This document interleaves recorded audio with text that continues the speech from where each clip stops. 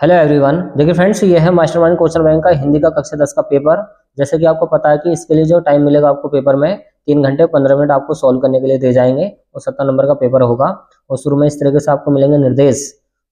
तो 15 मिनट आपको जो दिए जाएंगे प्रश्न पत्र को पढ़ने के लिए दिए जाएंगे। तो देखिए शुरू में मिलेंगे आपको 20 नंबर के ऑब्जेक्टिव क्वेश्चन, जैसे इसमें दिखाए गए हैं वैसे आपको पेपर में मिलेंगे। चलिए इनको सॉल्व करते हैं और आप इसको याद कर लेना।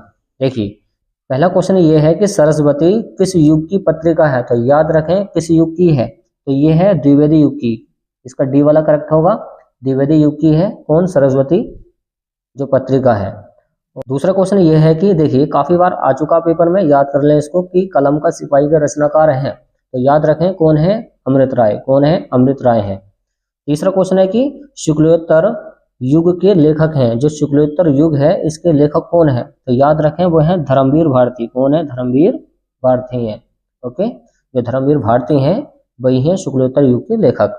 अगला है क्वेश्चन नंबर 4 है कलकत्ता से पीकिंग किस विधा की रचना है। तो याद रखें ये किस विधा की है, यह है यात्रा व्रत वृतांत। देखिए इसमें क्या की गई है, पीकिंग की गई है, कलकत्ता से पीकिंग। तो जाहिर सी बात है यात्रा हो रही है तो यात्रा वृत्तांत हो जाएगा। पांचवा है शुक्ल युगीन लेखक हैं। तो इसका करेक्ट आंसर है माखनलाल चतुर्वेदी। इसका बी वाला करेक्ट हो जाएगा। देखिए छठा क्वेश्चन क्या वो देखते हैं। छठा क्वेश्चन दे रखा कि भूषण किस युग के कवि हैं। तो याद रखें ये हैं रीतिकाल के। ये किसके हैं, रीतिकाल के हैं। जो भूषण है ये किस काल के कवि हैं, तो याद रखें ये किस युग के कवि हैं, तो वह है रीतिकाल के। सातवां क्वेश्चन दे रखा कि इनमें से महाकाव्य कौन सा है। जो महाकाव्य है वो कौन सा है, इसमें आपको याद करना है। तो साकेत क्या है, एक महाकाव्य है। 7 का ए वाला करेक्ट हो जाएगा। 8वां है प्रगतिवादी कवि नहीं है। तो नहीं कौन से हैं, वह है जयशंकर प्रसाद। कौन है, जयशंकर प्रसाद है। इसका मतलब सारे के सारे प्रगतिवादी कवि हैं। सुमित्रानंद पंत, रामधारी सिंह दिनकर, सूर्यकांत त्रिपाठी निराला, ये तीनों के तीनों प्रगतिवादी कवि हैं। और नहीं है तो जयशंकर प्रसाद नहीं है। और 9वां और 10वां क्वेश्चन क्या है, ये देखिए कि जायसी का पद्मावत किस भाषा में लिखा गया है। तो मलिक मोहम्मद जायसी थे ये, जो जायसी थे ये पद्मावत किस भाषा में लिखा गया है, तो वो अवधी भाषा में लिखा गया है। 10वां क्वेश्चन क्या है कि सुमित्रानंद पंत का जन्म कहाँ हुआ हुआ था। तो ये हुआ था कोशानी, कोशानी अल्मोड़ा में, कोशानी अल्मोड़ा में। और क्वेश्चन नंबर 11 क्या है उसको समझते हैं। देखिए क्वेश्चन नंबर 11 को समझिए क्या दे रखा है। हास्य रस में विनोद का भाव क्या देखकर जागृत होता है।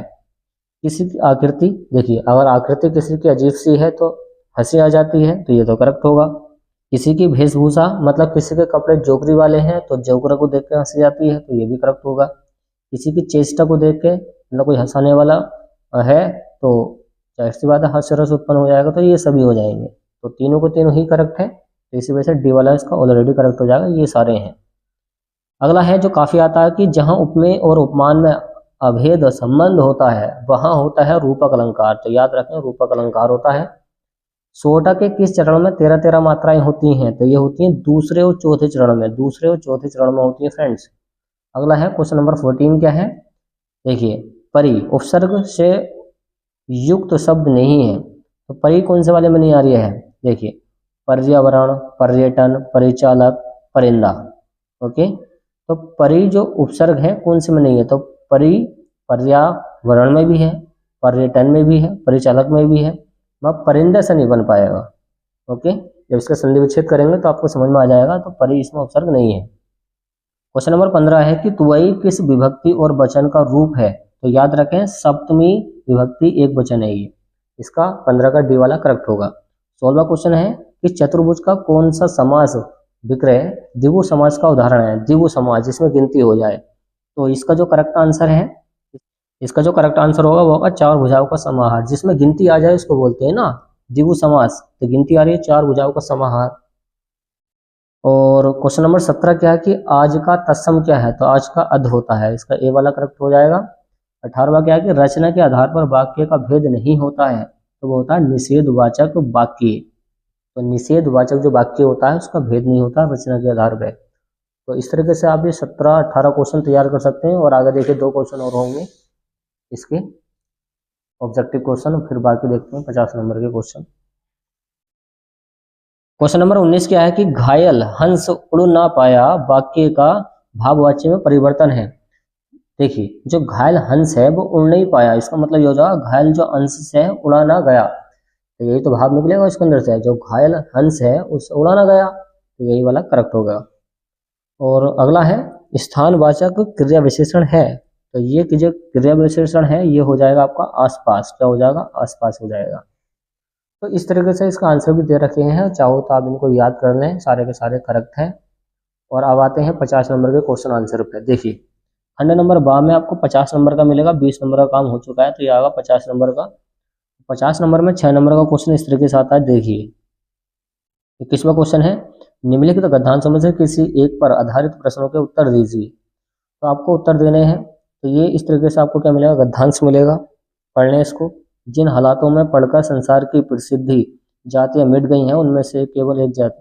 देखिए तो ये जो है आप पहचान करें, ये नैतिकता कौन से वाले चैप्टर में आया था, तो अगर आपसे पहचान नहीं हो पा रही तो आप दूसरे वाली करें, तो अगर पहचान कर लेते हैं, चैप्टर का नाम पता लग जाता है कि इसके लेखक कौन है, तो आराम से आप इसका संदर्भ लिख सकते हैं कि पाठ का नाम क्या है और लेखक का नाम क्या है।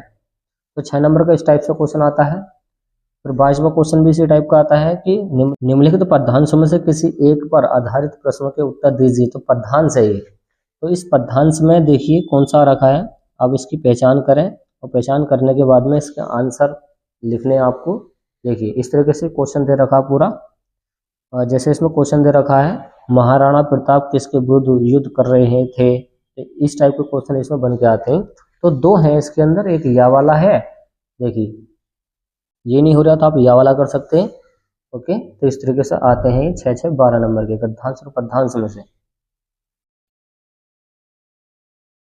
और देखिए क्वेश्चन नंबर 23 का दे रखा है कि निम्नलिखित गद्यांशों में से किसी एक का संदर्भ सहित अनुवाद करना है। तो देखिए ये संस्कृत है, संस्कृत में आपको इसका अनुवाद आना चाहिए। और देखिए खा वाला तो वेरी वेरी एमपी है, इसको जरूर से जरूर पढ़ के जाना, बोर्ड एग्जाम के लिए काफ़ी आता है।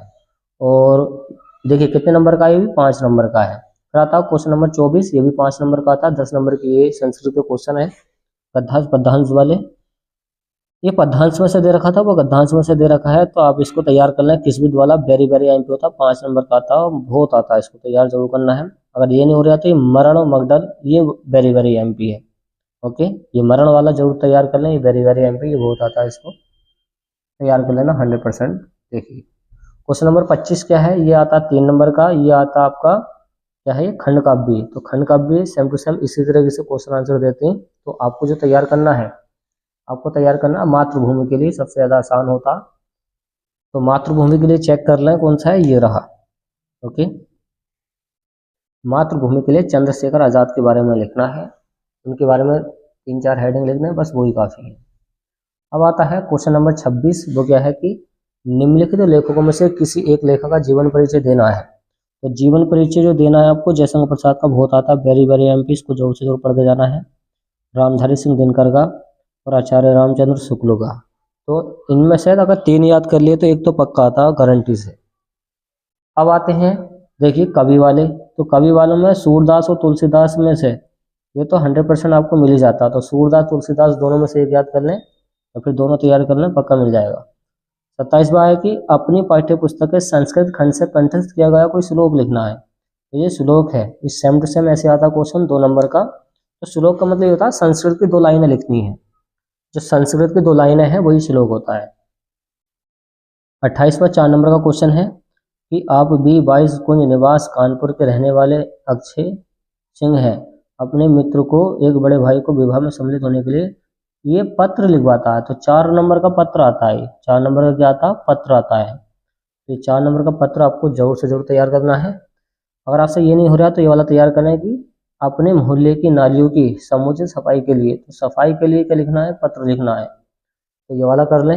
अब आता 29वां क्वेश्चन, निम्नलिखित प्रश्नों में से किन्हीं 2 प्रश्नों के उत्तर संस्कृत में लिखिए। तो संस्कृत में इसके उत्तर लिखने हैं, आप ये वाला तैयार कर लें और एक तैयार कर लें ये दूसरा वाला जो मोस्ट एमपी है। तो ये 2 तैयार कर लें जो very very MP board exam के लिए। अब आता 30वां क्वेश्चन के निम्नलिखित में से किसी एक विषय पर निबंध लिखना है। तो निबंध जो आपको लिखना है विज्ञान पे वेरी वेरी एमपी बहुत आता है विज्ञान वाला। ओके, और जो आपको तैयार करना है जनसंख्या विस्फोट वाला, तो ये दो तो 100% आते हैं पेपर में, जरूर से जरूर तैयार करके जाएं इनको। तो ये पूरे मॉडल पेपर का सॉल्यूशन हमने आपको बता दिया है, आप ये देख सकते हैं। और चलिए अब मिलते हैं नेक्स्ट वाले मॉडल पेपर में, जिसमें तीसरा वाला मॉडल पेपर सॉल्व किया गया होगा। चलिए फ्रेंड्स।